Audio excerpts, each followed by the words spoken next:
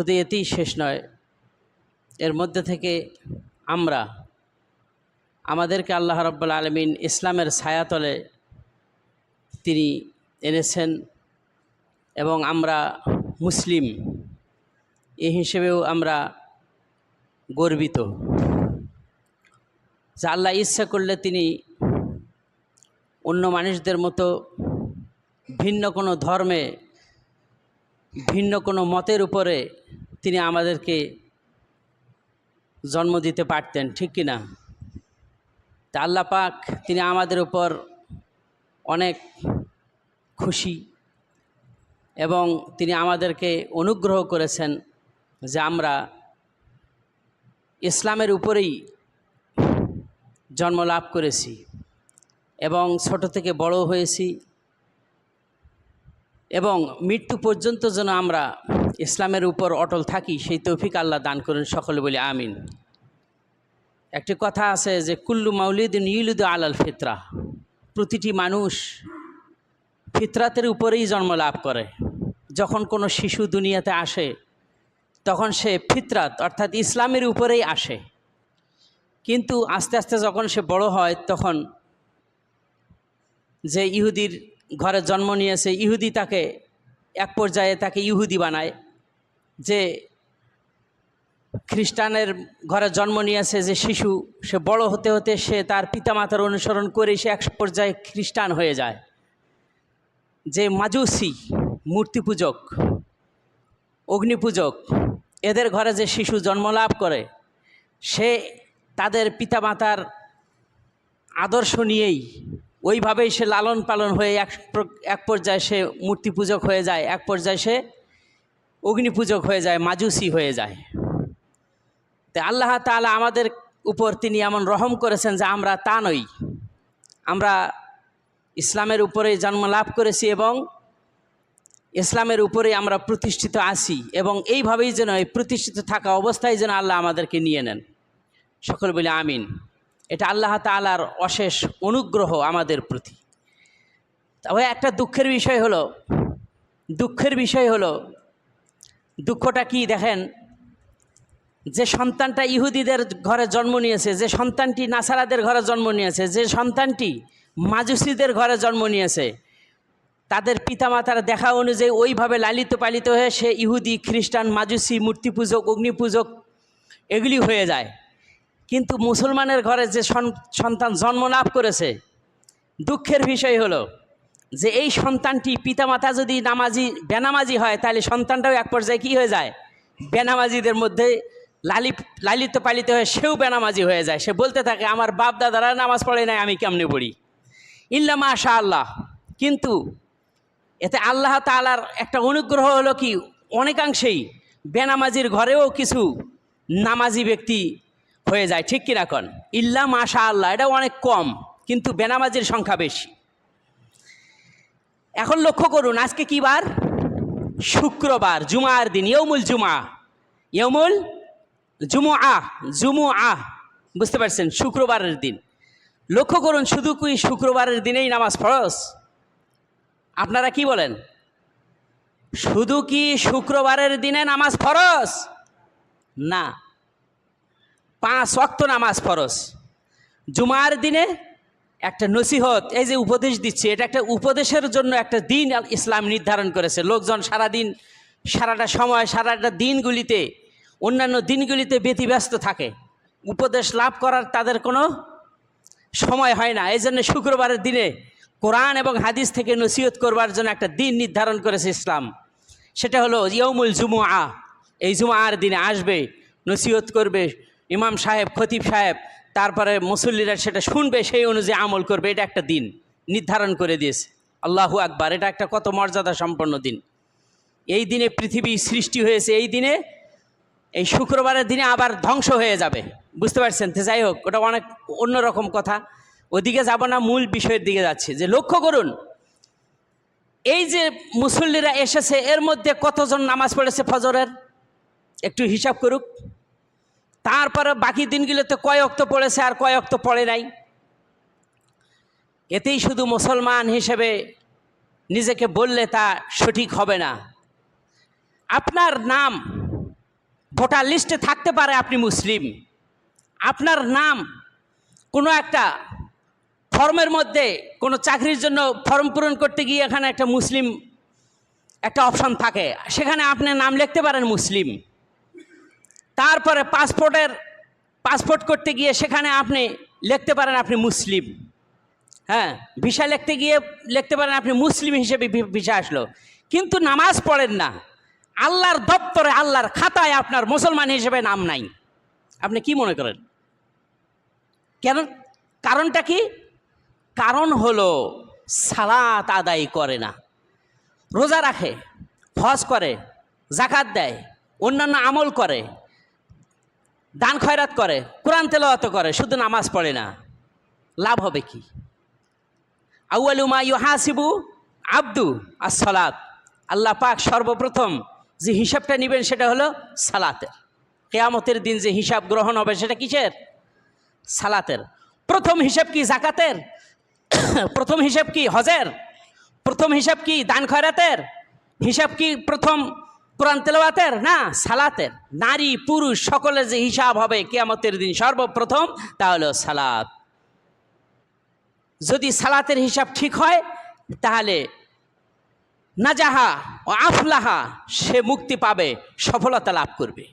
আর যদি সালাতের হিসাব ঠিক না থাকে, খবা, সে কি ক্ষতিগ্রস্ত, খাসিরা, সে ক্ষতিগ্রস্ত হয়ে পড়বে। এজন্য ইসলাম বলছে যে ইয়া আইয়ুহাল্লাযীনা আমানু দুখুলু ফিস সিলমি কাফা, হে বিশ্বাসীগণ। এখানে বলছেন ইয়া আইয়ুহাল্লাযীনা আমানু, হে বিশ্বাসীগণ। না, বিশ্বাসীগণের মধ্যে নারী পুরুষ ছোট বড় সব আছে।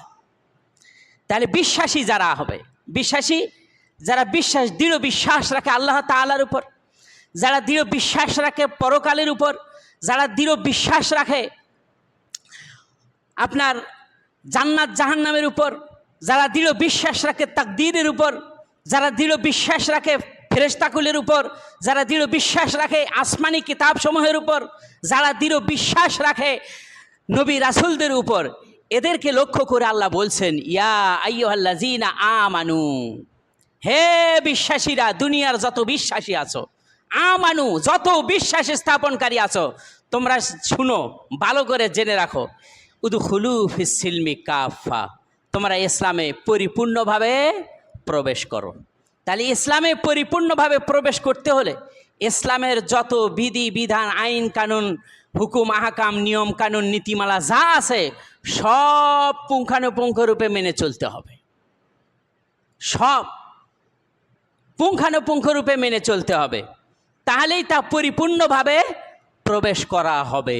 অন্যথায় যদি কেউ মনে করে যে না, আমি ইসলাম শুধু মসজিদ পর্যন্ত, মাদ্রাসা পর্যন্ত, মাদ্রাসায় একটু শিক্ষা দিলাম, মসজিদে আসলো, নামাজ পড়লাম, এই নামাজ পড়ার পরে বাইরে গেলাম, বাইরে গিয়ে ক্ষেত খামারে গিয়ে কাজ করলাম, ওখানে ইসলাম নাই, মসজিদে আসলাম, নামাজ পড়লাম, এই পর্যন্ত ইসলাম শেষ।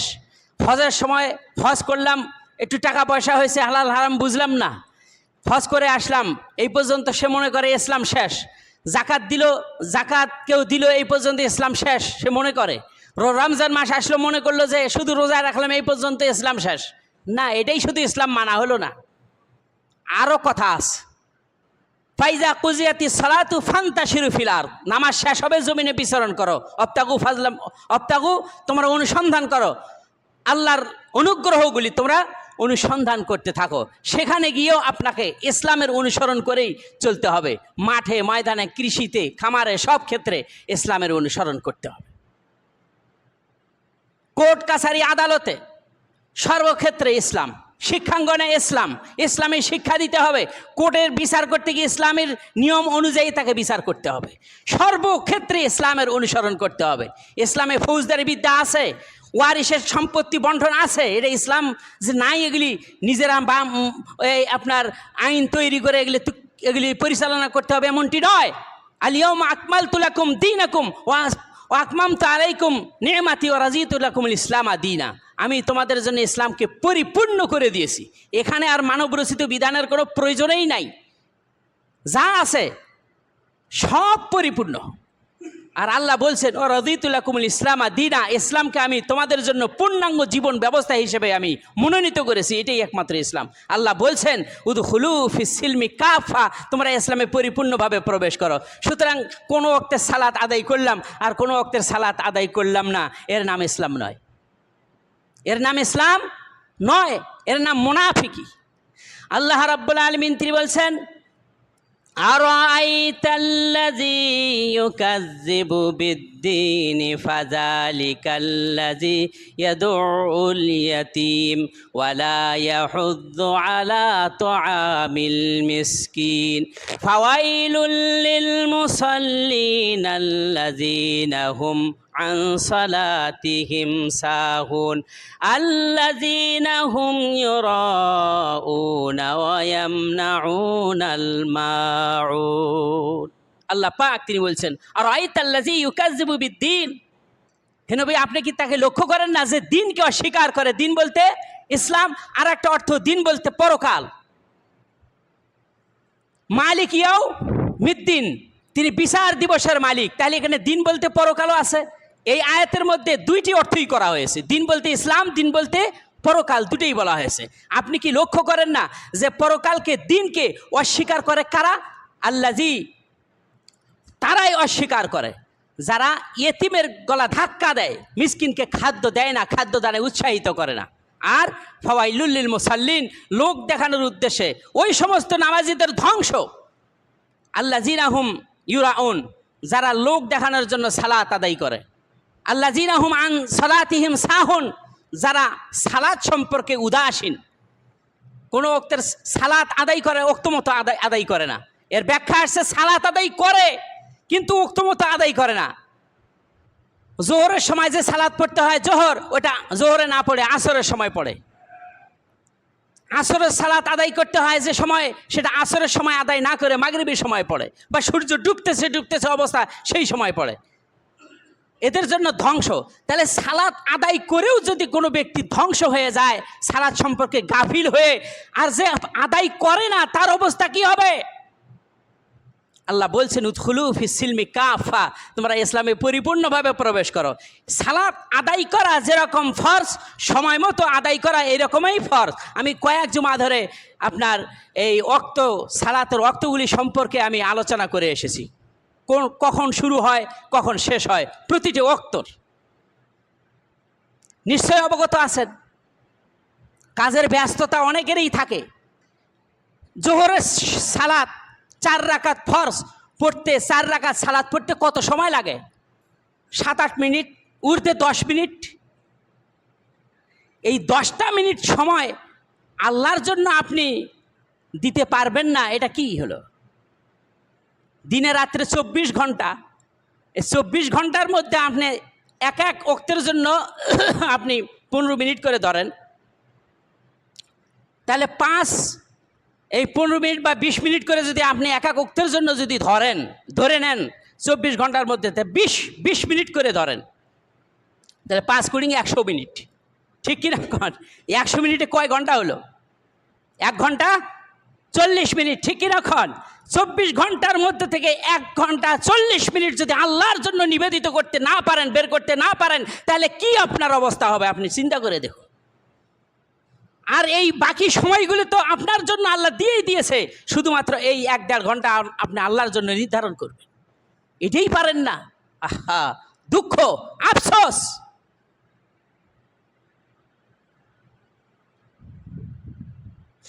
আল্লাহ হেদায়েত দান করেন, সকলে বলি আমিন। আল্লাহ বলছেন ইয়া আইয়ুহাল্লাযিনা আমানু দুখুলু ফিস সিলমি কাফা, হে বিশ্বাসীগণ তোমরা পরিপূর্ণভাবে ইসলামে প্রবেশ করো। ইসলামের কিছু বিধিবিধান আংশিকভাবে মানলো, আংশিক ছেড়ে দিল, এই কাজটি হলো মুনাফিকের কাজ। এই কাজটি কার কাজ? মুনাফিকের কাজ। আল্লাহর ভাষায় শুনুন, আল্লাহ রাব্বুল আলামিন তিনি বলছেন মুযাবযাবিনা বাইনা যালিকা হাউলাই ওয়ালা ইলাহা উলা, এরা হলো দুইয়ের মধ্যবর্তী স্থান অবলম্বন করতে চায়, এদিকেও নয় ওদিকেও নয়। এরা যে কোন কাতারে থাকবে আল্লাহই জানে। মুনাফিক ইন্নাল মুনাফিকিনা ফি দারকিল আসফালি মিনান নার, জাহান্নামের একেবারে তলদেশে থাকবে মুনাফিক। এই মুনাফিকি আমল থেকে আল্লাহ আমাদের